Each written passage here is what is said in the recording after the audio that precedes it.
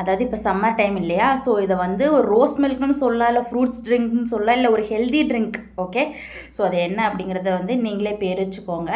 சரி, இது எப்படி நான் பண்ணேங்கிறத ஷேர் பண்ணிடுறேன்.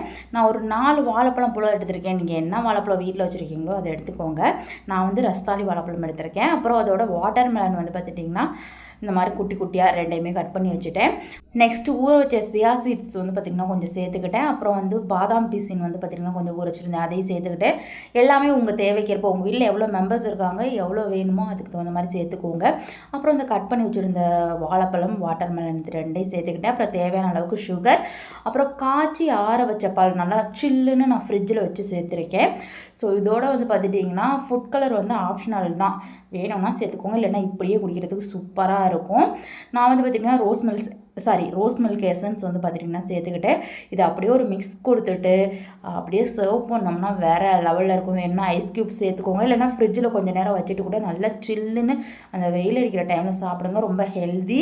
ஏன்னா நம்ம இதில் சேர்த்துருக்க பொருட்கள் அப்படி வாழைப்பழம், வாட்டர் மெலன் இது ரெண்டுமே நம்மளுக்கு ஹெல்த்தி தான் நார்மலாக.